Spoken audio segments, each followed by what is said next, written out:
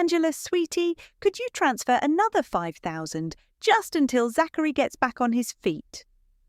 My mother's voice drifted through the phone like honey laced with arsenic. I stared at my laptop screen, watching the numbers in my business account, numbers I'd earned through 18-hour days and countless sleepless nights building my digital marketing empire from nothing. "Mum, I just sent you 8,000 last month." "I know, darling, but you're doing so well, and family helps family, right?" My name is Angela, and I've been my family's personal ATM for the past decade. While my younger brother Zachary bounced from job to job and girlfriend to girlfriend, I built a business that now pulls in 7 figures annually. Guess which one of us gets the family's praise and support? "Fine, I'll transfer it tonight." "You're such a good daughter. Oh, and don't forget Sunday dinner. Your father has exciting news." The line went dead. I closed my eyes and counted to 10, then opened my banking app and made the transfer. Again. Sunday arrived with the usual fanfare. Mum had prepared Zachary's favourite meal, prime rib, garlic mashed potatoes, the works. For me, a side salad, because you're always watching your figure, aren't you, honey? "Angela," Dad boomed as I walked into their suburban McMansion. "There's my little entrepreneur." Little. At 32, having built a business from scratch, I was still little to him. Zachary lounged on the couch, beer in hand, wearing a designer shirt I probably paid for indirectly. "Hey sis, how's the internet thing going?" "The internet thing is going fine, Zach." "Jerome, come help me in the kitchen," Mum called. I sat across from my brother, studying his face. He had that same smug expression he'd worn since childhood, the look of someone who'd never had to fight for anything. "So what's Dad's big news?" I asked. Zachary's grin widened. "You'll see, it's pretty amazing." During dinner, Dad cleared his throat dramatically. "Family, I have an announcement. Here we go. Your mother and I are so proud to share that we've been able to help Zachary purchase his first home." My fork froze halfway to my mouth. "What?" "A beautiful 3-bedroom colonial in Maple Heights," Mum gushed. "We put down the entire down payment as a family investment." $45,000, Dad added proudly, "from our family fund." Family fund. That was rich. I was the family fund. "Congratulations, Zach," I managed. "Thanks, sis. I mean, I've been working really hard at the dealership saving up, but Mum and Dad insisted on helping out." Working hard. Zachary had been at the car dealership for 6 months, his longest job yet. "Where exactly did the 45,000 come from?" I asked. Dad waved dismissively. "Various family investments over the years. You know how it is. We all contribute what we can, when we can." I knew exactly how it was. Every emergency loan, every temporary transfer, every family investment I'd made had apparently been pooled into buying my brother a house. "That's wonderful," I said, my voice steady. "Really wonderful." "Angela, you seem upset," Mom observed. "This is a celebration." "I'm not upset, I'm just surprised." "Well, don't worry," Dad chuckled. "I'm sure when you're ready to settle down and buy a real home instead of that downtown apartment, we'll figure something out." "When I'm ready." As if my success was just a phase I'd eventually grow out of. "Of course," I said, "when I'm ready." The rest of dinner passed in a blur of Zachary describing his new house, his plans for renovations, his excitement about finally being a homeowner. Mum and Dad hung on every word like he'd just announced he'd won the Nobel Prize. "You know what the best part is?" Zachary said as we cleared the table. "I won't have to worry about rent anymore. I can finally focus on my real dreams." "What dreams are those?" I asked. "I'm thinking about starting a podcast or maybe a YouTube channel, something creative, you know. Not everyone can be a corporate sellout." Corporate sellout? That's what my success was to him. I excused myself to the bathroom and stared at my reflection in the mirror. Same face that had smiled through years of being overlooked, undervalued, and financially exploited. Same eyes that had watched my parents celebrate every mediocre achievement of my brothers while treating my actual accomplishments like lucky accidents. But something was different now. Something had crystallized in that moment when Dad called my life's work a phase. I walked back to the dining room where my family was still chatting excitedly about Zachary's future. "I should head home," I announced. "So soon?" Mum asked, though she was already stacking dishes.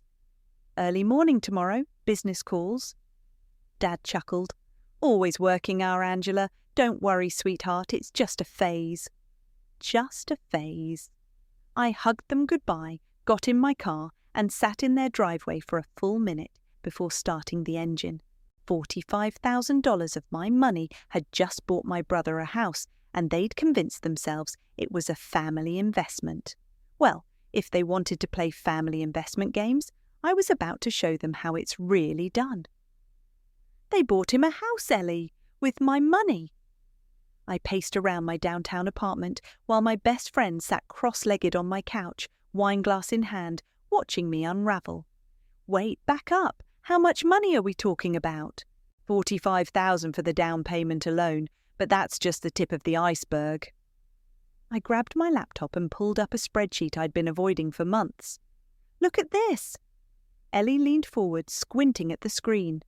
"Holy shit, Angela. You've given them over $200,000 in the past 5 years. Given is generous, more like had systematically extracted from me under the guise of family emergencies. And they just used it to buy Zachary a house he thinks he earned through 6 months of selling cars." I collapsed onto the couch beside her. "They called it a family investment, Ellie, like I'm some kind of silent partner in the Bank of McCormick." Ellie refilled my wineglass. "What are you going to do?" "I don't know. Cut them off, I guess. Stop being their personal ATM." That's a start, but my phone buzzed. A text from Mom. "Sweetie, could you help with Zachary's moving expenses? Just a few thousand for the truck and deposits. You know how expensive moving is." I showed Ellie the screen. She nearly choked on her wine. "Are you kidding me? They literally just bought him a house and now they want moving money?" I typed back, "I'll think about it." "You'll think about it?" Ellie stared at me. "Angela, you need to say no." I know, it's just complicated." "No, it's not. It's actually very simple. They're using you." Another text popped up, this time from Zachary. "Hey, sis, Mum said you might help with moving costs. I promise I'll pay you back once I get settled. You're the best." "He promises to pay me back," I said flatly, "just like the last 20 times. Ellie grabbed my phone and started typing. "What are you doing?" "Helping you grow a spine." She hit send before I could stop her. I looked at the screen. She'd written, "Sorry, I'm tapped out right now. Good luck with the move." "Ellie." "What? It's not even a lie. You are tapped out, emotionally." My phone immediately started ringing. "Mum." "Don't answer it," Ellie said. I let it go to voicemail, then played it back on speaker. "Angela, honey, I got your text. I think there might be some confusion. This is just a small amount and it's for family. Call me back so we can discuss this properly." "Discuss this properly," I repeated. Translation, "Let me guilt you into compliance." The next morning, I called Quinn, my attorney. We'd worked together on several business deals, and I trusted his judgment. "Angela, good to hear from you. What can I do for you?" "I need to ask you about something, hypothetically." "I'm listening." "If someone wanted to acquire shares in a holding company, quietly, what would be the best approach? Depends on the company and your goals. Are we talking about a hostile takeover?" "Not hostile, more like strategic positioning." "Okay, what's the company?" I'd done my research the night before, fueled by wine and rage. Joseph and Lewis Holdings. They own several subsidiaries, including Meridian Bank. Meridian Bank.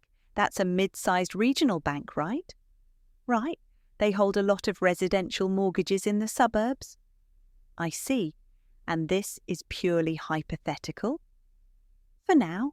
Well, hypothetically, you'd want to start by purchasing shares through different entities to avoid triggering disclosure requirements. Keep each purchase under 5% of total shares. It would take time and significant capital. How much capital? For a controlling interest, we're talking tens of millions potentially. I was quiet for a moment, calculating. My business had been incredibly profitable, and I'd been conservative with my investments. I had the liquidity. Quinn, I need you to set up some shell companies for me. Angela, what exactly are you planning? I'm planning to never be anyone's ATM again. That afternoon, I was deep in research when my phone rang. Dad. Angela, your mother is very upset about yesterday. What about yesterday? You know what about. Zachary's moving expenses. This isn't like you, sweetheart. Maybe you don't know me as well as you think. Don't be dramatic. We're family. Family helps each other. You're right, Dad. Family should help each other. It's interesting how that help only seems to flow in one direction, though. What's that supposed to mean? When's the last time any of you helped me with anything? We help you all the time. We give you advice, support. I meant actual help, financial help, professional help, emotional support that isn't conditional on my bank account. Angela, I don't know what's gotten into you, but this attitude needs to stop. You're being selfish. Selfish. There it was. I have to go, Dad. I have work to do. Angela? I hung up and immediately called Quinn back. I've changed my mind. This isn't hypothetical anymore. I want to move forward with those shell companies. Are you sure about this? I've never been more sure of anything in my life. That evening, Ellie came over with takeout and found me surrounded by financial documents and legal papers. You're really doing this, she said, settling beside me. I'm really doing this. Your parents are going to lose their minds when they find out. That's the point. I looked up from a particularly dense corporate filing. They want to play games with my money? Fine, let's play. Ellie raised her wine glass. To Angela McCormick, future corporate overlord. To never being underestimated again. We clinked glasses, and I felt something I hadn't felt in years. Power. Real power. 3 months later, I was sitting in a glass conference room on the 40th floor of downtown's newest skyscraper, watching Milo Joseph flip through acquisition reports. Your shell companies have been very active, Ms. McCormick, he said, not looking up from the papers. 17 separate purchases over 12 weeks. Very methodical. I believe in diversified investments. Milo finally looked at me. He was younger than I'd expected for a CEO, maybe mid-40s, with sharp eyes that missed nothing. You now own 18% of Joseph & Lewis Holdings. That makes you our second largest shareholder.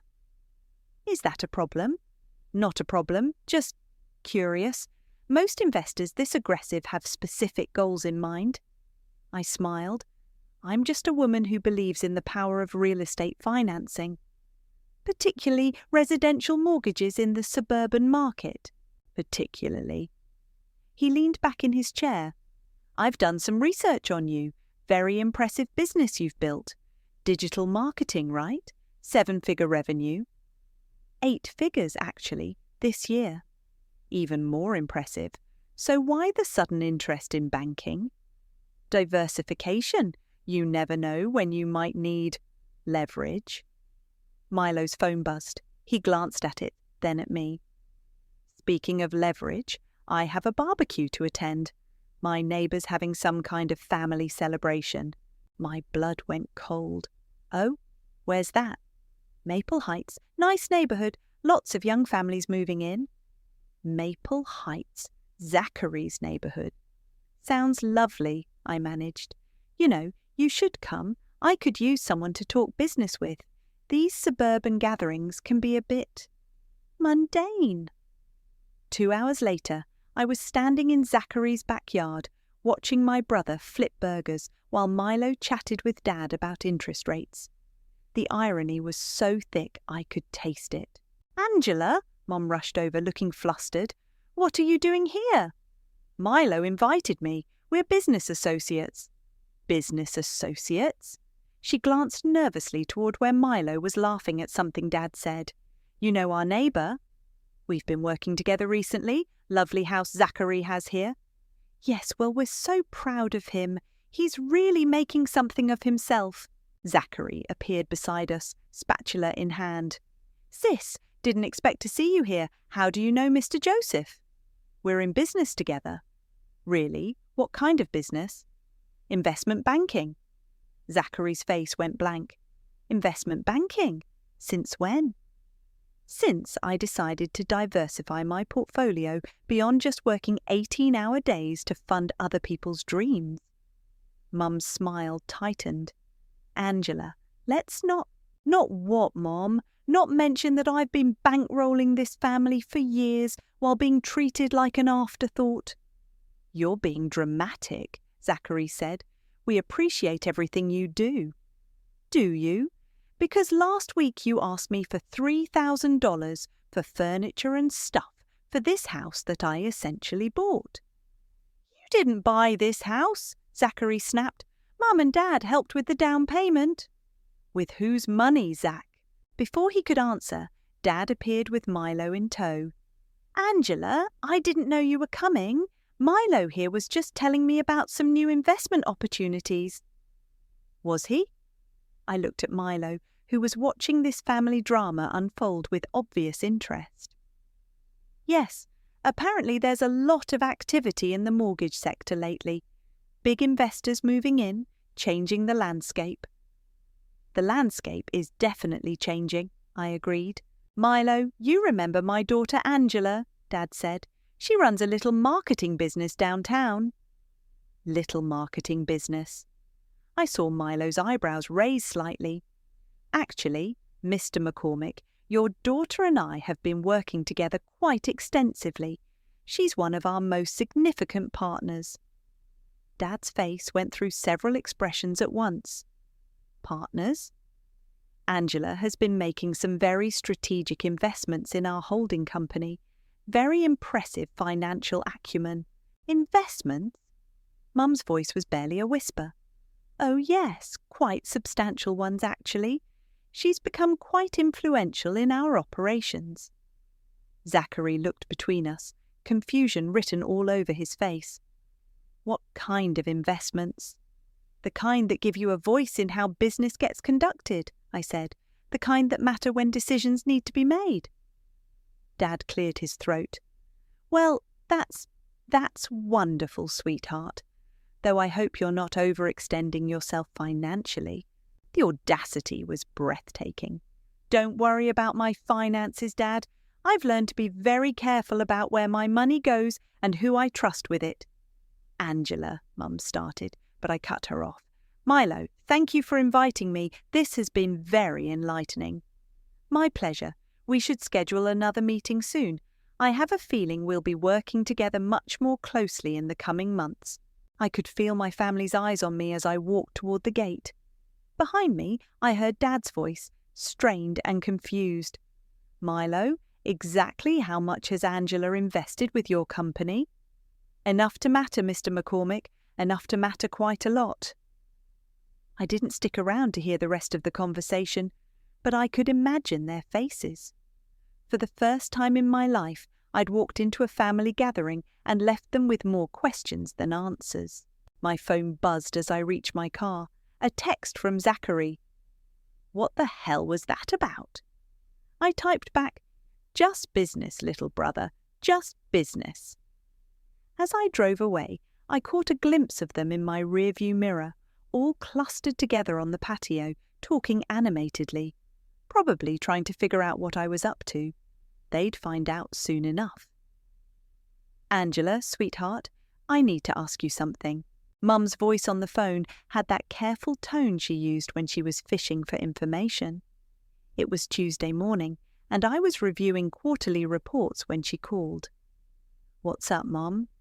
Well, your father heard some rumours at the bank yesterday. Something about Joseph and Lewis Holdings reviewing their mortgage portfolio. I kept my voice neutral. Oh, what kind of review? I don't know exactly. Something about new policies, stricter requirements. Jerome is worried it might affect our rates. I'm sure it's nothing to worry about. But you know Milo, don't you? From the barbecue. Maybe you could ask him about it. I could mention it next time we talk. That would be wonderful. You know how your father gets about financial things. He's been so stressed lately. After I hung up, I called Quinn. The rumours are starting, I told him. That was inevitable. You're at 32% ownership now. People notice that kind of movement. How much more do I need? For controlling interest, you'll want at least 45% to be safe, maybe 50% to be certain. And timeline? At your current pace? Another 2 months, maybe 3. That afternoon, Zachary called. He sounded panicked. Angela, I need to talk to you. Can you meet me for coffee? What's wrong? Just, can you meet me, please? An hour later, I found him at a Starbucks near his dealership, looking like he hadn't slept in days. Zach, you look terrible. I think I'm in trouble. He ran his hands through his hair. My manager called me into his office yesterday. Sales are down and they're talking about layoffs. I'm sorry to hear that. That's not the worst part. I may have overspent on the house stuff. What do you mean? The furniture, the renovations, the landscaping. I thought I'd have time to pay it off, but now... He pulled out his phone and showed me a credit card statement. $38,000. I stared at the number. Zachary, what were you thinking? I thought I had it handled. The house was supposed to be my fresh start, you know. I wanted it to be perfect. And now? Now I'm drowning. The mortgage payment is higher than I expected. The credit cards are maxed out. And if I lose my job... He looked at me with those same puppy dog eyes that had worked on our parents for decades.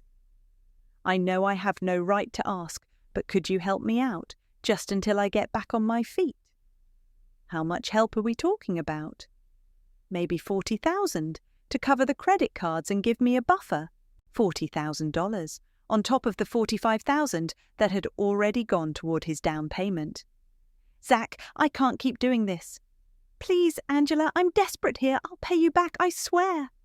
You've never paid me back before. This is different. This is serious. It's always serious with you. His face hardened. Fine, I get it. You've got your fancy business and your important meetings. Too good to help your own brother. That's not fair. Isn't it? You act like you're so much better than us, but at least I'm trying to build something real, a home, a life. What do you have? An empty apartment and a bunch of numbers on a screen. I stood up. Good luck with the credit cards, Zach. Angela, wait. But I was already walking away. That evening, Ellie came over with Thai food and found me stress cleaning my kitchen. Rough day. Zachary wants $40,000 to cover his shopping spree. Of course he does. What did you tell him? No. Good for you. How did he take it? About as well as you'd expect. Accused me of thinking I'm better than everyone. Maybe you are better than them. That's not the point. The point is... My phone rang. Dad. Don't answer it, Ellie said. I answered it anyway. Angela, your brother told me about your conversation today. Did he? He's really struggling right now. This is when family needs to step up. I've been stepping up for years, Dad. I know you have, and we appreciate it. But this is different. He could lose the house. The house I paid for? Angela, don't be like that. We all contributed to that house. Name $1 you contributed that didn't come from me originally. Silence. That's what I thought. Look, I don't know what's gotten into you lately, but this attitude needs to stop. We're family. Are we? Because from where I'm sitting, it feels more like I'm an employee, a very well-paid employee who never gets time off. That's ridiculous. Is it? When's the last time you called me just to see how I was doing? Not to ask for money, not to tell me about Zachary's latest achievement, just to check on me. Another silence. I have to go, Dad. Angela. I hung up and turned to Ellie, who was watching me with a mixture of pride and concern. How much longer until you have control? She asked. Quinn thinks 2 more months. Can you wait that long? I looked at my phone, which was already buzzing with another call from Dad. I'm going to have to. But even as I said it, I wondered if my family would give me that long. The pressure was building, and they were starting to panic. Soon, they'd be desperate enough to do something stupid. I just hoped I'd be ready when they did. We need to have a family meeting. Dad's voice was stern when he called Thursday morning. No pleasantries, no small talk. About what? About this situation with Zachary and about your attitude lately? My attitude? Angela, you're tearing this family apart. Your mother hasn't slept in 3 days worrying about Zachary losing his house. Maybe she should have thought about that before encouraging him to spend money he didn't have. Be at our house Sunday at 2. We're going to sort this out once and for all. He hung up before I could respond. I called Ellie immediately. They're staging an intervention, I told her. An intervention? For what? For not being their personal bank anymore, apparently. Are you going? Oh, I'm definitely going. This should be interesting. Sunday arrived grey and drizzly. I sat in my car outside my parents' house for a few minutes, watching the windows. I could see movement inside. They were all there, probably strategizing about how to guilt me back into compliance. I walked in without knocking. Angela! Mum rushed over, her face a mask of concern. Thank you for coming. We're all so worried. Worried about what exactly? Dad emerged from the kitchen, followed by Zachary, who looked like he'd been crying. Sit down, sweetheart, Dad said, gesturing to the couch. We need to talk. I remained standing. I'm fine here. Angela, Mum began, we know you're going through something right now. Maybe work stress, or I'm not going through anything. I'm just done being taken advantage of. Taken advantage of? Dad's voice rose. How are we taking advantage of you? Really? You want to do this? Yes, I want to do this, because frankly, your behaviour lately has been selfish and cruel. Selfish? I laughed. That's rich coming from you. What's that supposed to mean? It means I've given this family over $200,000 in the past 5 years, and the only time any of you call me is when you need more. That's not true, Mum protested. We call you all the time. To ask for money, to tell me about Zachary's latest job or girlfriend or crisis. When's the last time any of you asked about my business, my life, my problems? You don't have problems, Zachary said quietly. You're successful. You have everything figured out. I have everything figured out. Zach, I work 70-hour weeks. I haven't taken a real vacation in 3 years. I eat dinner alone most nights because I'm too exhausted to maintain relationships.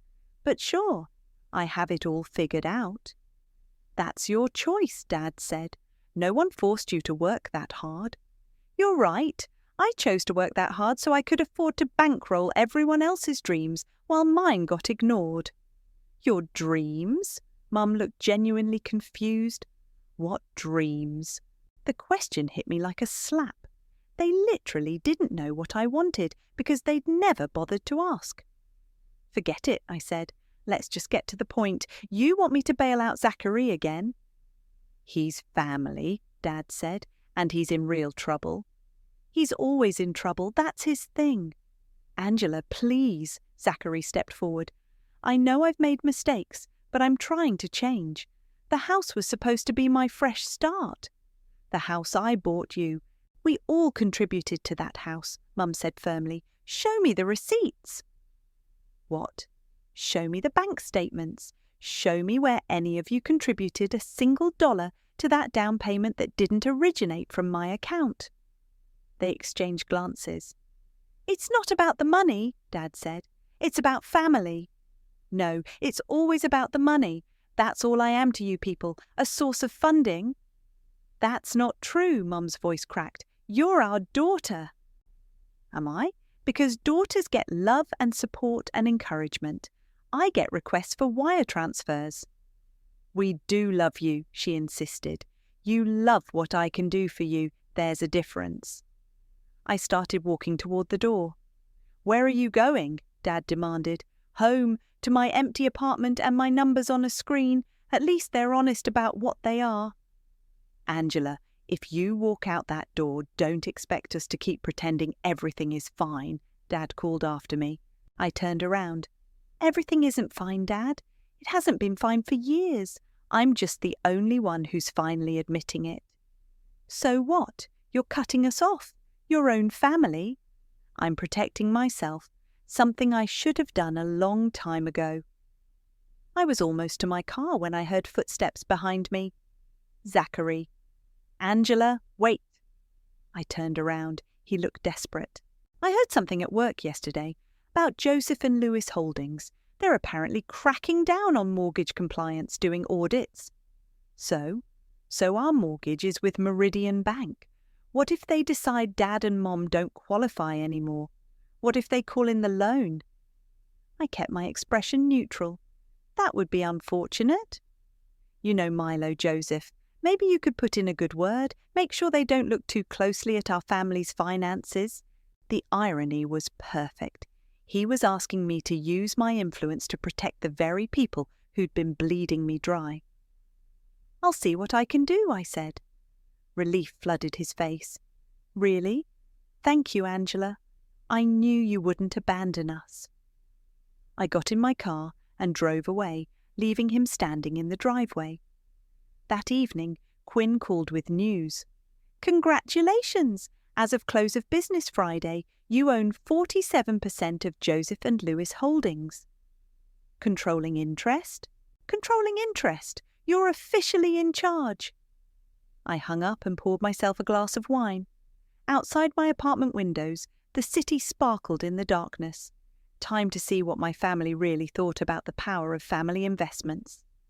Milo, I need you to ensure all mortgage compliance reviews are conducted by the book. No exceptions, no special considerations. I was sitting in what was now technically my conference room, though Milo still ran day-to-day operations. He nodded, making notes on his tablet. Any particular accounts you want us to prioritize? Start with the Maple Heights subdivision. I understand there have been some concerns about documentation irregularities in that area. I'll have our team begin immediately. Should take about 2 weeks to complete the full review. Perfect. And Milo, make sure everything is documented properly. We want to be completely above board. After he left, I called Quinn. It's done. The compliance review is starting. Are you sure about this, Angela? Once this ball starts rolling, there's no stopping it. I'm sure. 3 days later, my phone rang. Dad. Angela, we got some strange notice from the bank. Something about a mortgage review? What kind of notice? They want to verify our income documentation and review our payment history. It seems routine, but the timing is odd. Probably just standard procedure. That's what your mother said, but I'm worried, with Zachary's job situation and everything. I'm sure it's nothing, Dad. Could you maybe ask your friend Milo about it, just to put our minds at ease? I'll see what I can find out. I hung up and immediately called Milo. How's the review going? Interesting findings already.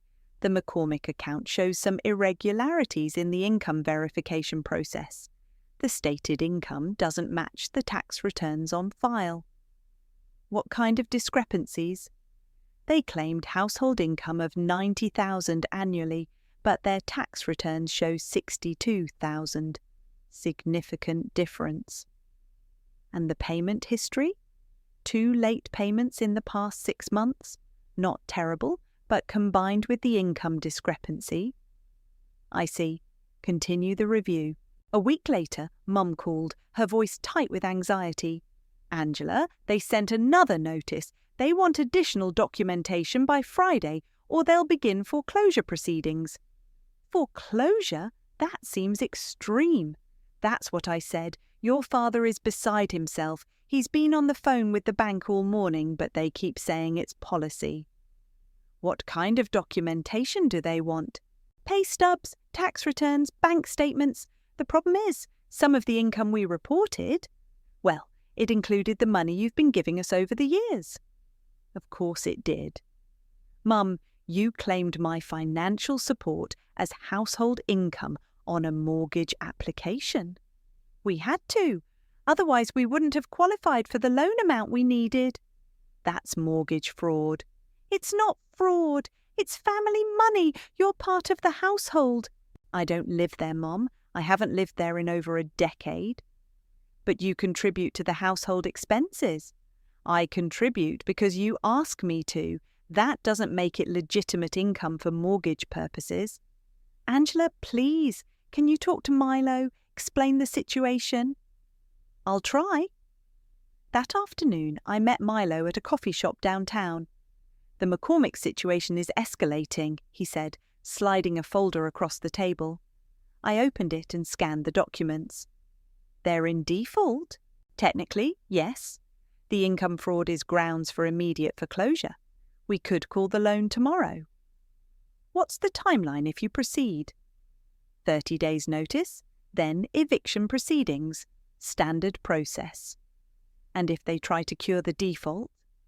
They'd need to pay the full loan balance immediately, $215,000. I closed the folder. Proceed with the foreclosure notice. Angela, are you certain? This is your family? This is business, Milo. They committed fraud. You have to protect the bank's interests. 2 days later, Zachary called screaming. What the hell did you do? What are you talking about? The foreclosure notice. They're taking the house. Mum is having a panic attack and Dad is talking about hiring a lawyer. Slow down. What foreclosure notice? Don't play dumb. You know exactly what I'm talking about. This is because I asked you for money, isn't it? This is your revenge. Zach, I have no idea what you're talking about. Bullshit. You and your buddy Milo are doing this to punish us. The bank makes its own decisions based on financial criteria. I don't control their policies. You're lying. I know you're behind this. He hung up. An hour later, Mum called, sobbing. Angela, please, you have to help us. They want the full loan amount in 30 days or we lose the house. Mum, calm down. What exactly does the notice say? It says we misrepresented our income and that constitutes default. They want $215,000. Do you have it? Of course we don't have it. Angela, please talk to Milo. Tell him it was a misunderstanding. I'll see what I can do. Promise me you'll fix this. I promise I'll talk to him. That evening, I found an envelope slipped under my apartment door. Inside was a single sheet of paper with a handwritten note. If a woman's real legacy is her family, don't forget where you came from. It was signed with a single letter, A.I. I stared at the note for a long time. Someone knew what I was doing. But who? My phone buzzed, a text from an unknown number. Enjoying the show? Some games have more players than you think. I called Quinn immediately. Someone knows about the shell companies. That's impossible. We were very careful. Then explain this. I read him the note and the text. Say, Angela, maybe you should consider backing down. If someone's watching you this closely... No, I'm too close to stop now. This could get complicated. It's already complicated, Quinn. The question is whether I'm going to let them win again. I hung up and poured myself a drink. Outside, the city hummed with its usual energy, oblivious to the war being waged in conference rooms and family dinners. Tomorrow, I'd find out who was playing games with me. Tonight, I'd enjoy watching my family finally understand what it felt like to be powerless. Angela, thank God you're here. Mum opened the front door before I could knock. Her eyes were red and swollen, her hair dishevelled. Behind her, I could hear Dad's voice on the phone, angry and desperate. "I came as soon as I got your message," I said, stepping inside. The living room looked like a war zone, papers scattered everywhere, Dad pacing with his phone pressed to his ear, Zachary slumped on the couch with his head in his hands. "No, you listen to me," Dad was saying into the phone. "We've been customers for 15 years. This is insane." He hung up and turned to me. "Angela, thank you for coming. We need your help."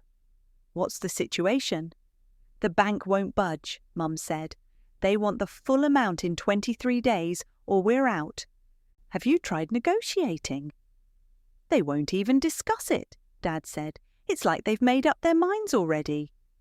Zachary looked up. "This is all my fault. If I hadn't asked you for money, if I hadn't put pressure on everyone—" "This isn't about you, Zach," I said. "This is about mortgage fraud." "It wasn't fraud," Dad exploded. "It was creative accounting." "Dad, you claimed income you don't actually earn. That's the definition of fraud." "The money comes into this household from you. Gifts aren't income, you know that." Mum sat down heavily. "Angela, what are we going to do? This is our home. We've lived here for 20 years. I looked around the room, at the family photos on the mantel, the worn furniture, the desperate faces staring at me. "Have you considered selling?" "Selling?" Dad stared at me. "This is our home. It's also a financial liability you can't afford." "We can afford it if you help us," Zachary said quietly. "Help you how?" "Loan us the money, 200,000, we'll pay you back." "With what money, Zach? You're about to lose your job, remember?" "I'll figure something out. We all will." I sat down across from them. "Let me ask you something. If I give you this money, what changes?" "What do you mean?" Mum asked. "I mean, what's different 6 months from now? You still can't afford the mortgage payments. Dad's still retired. Zach's still unemployed. Where does the money come from then?" They exchanged glances. "We'll figure it out," Dad said. "Like you figured out the down payment for Zach's house? Like you figured out his credit card debt?" "Angela, please," Mum's voice broke. "We're desperate here." "I know you are, and I'm sorry about that, but I can't keep throwing money at problems that never get solved." "So you're just going to let us lose our house?" Zachary stood up, his face flushed with anger. "I'm not letting you do anything. You did this to yourselves." "We did this?" Dad's voice was rising. "We raised you. We supported you. We gave you everything." "You gave me everything? Dad, name one thing you've given me in the past 10 years that wasn't advice I didn't ask for or criticism I didn't need." "We gave you a family." "No, you gave me a job, Chief Financial Officer of the McCormick family, unpaid position, no benefits, no appreciation." "That's not fair," Mum said. "This isn't it. When's the last time any of you asked how I was doing, really asked, not just as a prelude to asking for money?" Silence. "When's the last time you celebrated one of my achievements? When's the last time you called just to say you were proud of me?" More silence. "That's what I thought. Angela," Dad's voice was different now, smaller. "We do appreciate you. We're not good at showing it." "You're good at showing it when you need something." I stood up and walked to the window. Outside, I could see Milo's house. He was probably inside, completely unaware that he was living next door to the family drama he'd helped orchestrate. "There's something else you should know," I said, turning back to face them. "What?" Mum asked. "I know who's been buying up shares in Joseph and Lewis Holdings." Dad frowned. "What does that have to do with anything?" "Everything. The new majority shareholder is the one pushing for strict mortgage compliance, the one who ordered the review of your account." "Who is it?" Zachary asked. I took a deep breath. "It's me." The room went completely silent. Dad's face went through several expressions, confusion, disbelief, then slowly, horrible understanding. "What did you just say?" His voice was barely a whisper. I own controlling interest in Joseph and Lewis Holdings. I ordered the compliance review. I approved the foreclosure proceedings. Mum's hand flew to her mouth. Angela, no. You did this? Zachary was staring at me like I'd grown a second head. You're the reason we're losing the house? You're the reason you're losing the house. I'm just the one who stopped pretending it was okay. You vindictive bitch, Dad snarled. Your own family.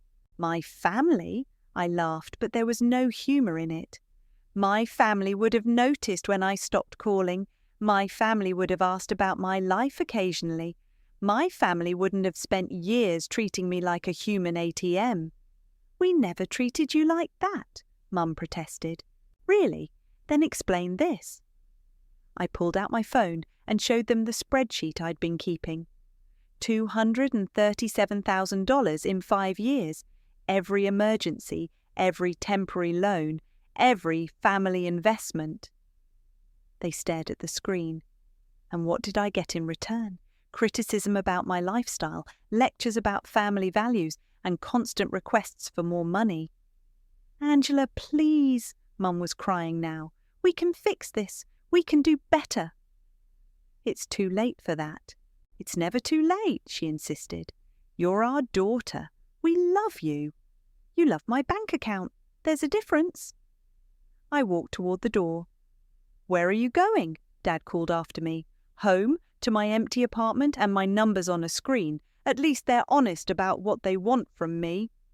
Angela, wait! Zachary jumped up. You can't just leave us like this. I turned around one last time. I'm not leaving you like anything. I'm just done being the solution to problems you created. So that's it? You destroy our lives and walk away? I didn't destroy your lives. I just stopped subsidizing them. I opened the door and stepped outside. Behind me, I could hear Mum sobbing and Dad shouting, but I didn't look back. As I got in my car, my phone buzzed, another text from the unknown number. Congratulations, you've become everything you hated about them. I stared at the message for a long moment, then deleted it and drove away. In my rearview mirror, I could see them standing in the doorway watching me leave. For the first time in my life, I was the one walking away from them. It should have felt like victory. Instead, it just felt empty. The penthouse apartment was everything I'd dreamed of. Floor-to-ceiling windows overlooking the city, marble countertops, a kitchen I'd never use. I stood at the window with my morning coffee, watching the world wake up 40 stories below. My phone buzzed. Ellie. How's the new place? Expensive, empty, perfect for brooding. Are you brooding? I looked around at the pristine furniture, the untouched bookshelves, the silence that felt more like a tomb than a home. Maybe a little. Want some company? I have news. An hour later, Ellie arrived with pastries and gossip. So, she said, settling onto my ridiculously expensive couch, I ran into your neighbour yesterday, Mrs. Patterson from your old building. Oh? She mentioned seeing your parents there last week. Apparently they were asking the doorman about you. I set down my coffee. What did they want? She didn't know, but she said your mum looked like she'd been crying. My phone rang before I could respond. Quinn. Angela, we need to talk. Can you come to my office? What's wrong? Just come, now. Quinn's office was in chaos when I arrived. Papers everywhere, his usually immaculate desk covered in legal documents. What's going on? Sit down. He looked exhausted. I've been getting calls all morning. About you. What kind of calls? Reporters, business journalists. Someone leaked the story about your family and the foreclosure. My blood went cold. Leaked what story? He handed me a tablet. The headline read, Tech entrepreneur forecloses on own family's home. How did they find out? I don't know, but it's everywhere. Social media, business blogs, local news. They're calling it a cautionary tale about family and money. I scrolled through the article. They had details, specific amounts, dates, even quotes from neighbours about seeing me at family gatherings. This is a disaster. It gets worse. Your business clients are starting to ask questions. Some are concerned about working with someone who would destroy her own family. My phone started ringing. Unknown number. "Don't answer it," Quinn said. "It's probably another reporter." But I answered anyway. "Angela McCormick." "Who is this?" "Channel 7 News. We'd like to get your side of the story about the foreclosure of your parents' home." I hung up immediately. "Quinn, what do I do?" "You could issue a statement, explain your side." "And say what? That my family used me as a piggy bank for years? That's actually not a bad angle. The wronged daughter fighting back." My phone buzzed. A text from Mom. "Angela, please call me. The reporters won't leave us alone." Then another from Zachary. "Thanks a lot. Now the whole world knows our business." And another from an unknown number. "Enjoying your 15 minutes of fame?" I stared at that last message. The same person who'd been sending me cryptic notes. "Quinn, I need to know who's been feeding information to the press." "I'll make some calls." I left his office and drove aimlessly through the city, my phone buzzing constantly with calls from reporters, former clients, and numbers I didn't recognize. Finally, I pulled into a parking garage and called Ellie. "Have you seen the news?" "Everyone's seen the news, Angela. It's viral." "I'm ruined." "Maybe not. I've been reading the comments online. A lot of people are on your side." "Really?" "Yeah, apparently there are a lot of people out there who relate to being the family ATM. You're becoming some kind of folk hero." "A folk hero who destroyed her own family?" "A folk hero who stood up for herself." That evening, I sat in my empty apartment staring at my laptop screen. The story had exploded across social media. Family ATM was trending. People were sharing their own stories of financial exploitation by relatives. My doorbell rang. I looked through the peephole and saw Mum standing in the hallway, looking small and defeated. I opened the door. "Hi, sweetheart." "Mum, can I come in?" I stepped aside and she entered, looking around at the expensive furniture and pristine surfaces. "It's beautiful," she said quietly. "What do you want, Mom?" She sat down on the couch, her hands folded in her lap. "I wanted to apologize." I sat across from her, waiting. I read the article and the comments, all those people saying they understood what you went through. Her voice was barely a whisper. "I never realized how we made you feel." "Didn't you? I thought we were just asking for help. Family, helping family. It was never mutual, Mom. It was always me giving and you taking." "I know that now." She looked up at me, tears in her eyes. "I'm sorry, Angela. I'm so sorry." "What about Dad, Zachary?" "Your father is struggling. He's having a hard time admitting he was wrong." "And Zachary?" She shook her head. "He's angry. He blames you for everything." "Of course he does." "But I don't. I blame myself. I should have seen what we were doing to you." We sat in silence for a moment. "The house is gone," she said finally.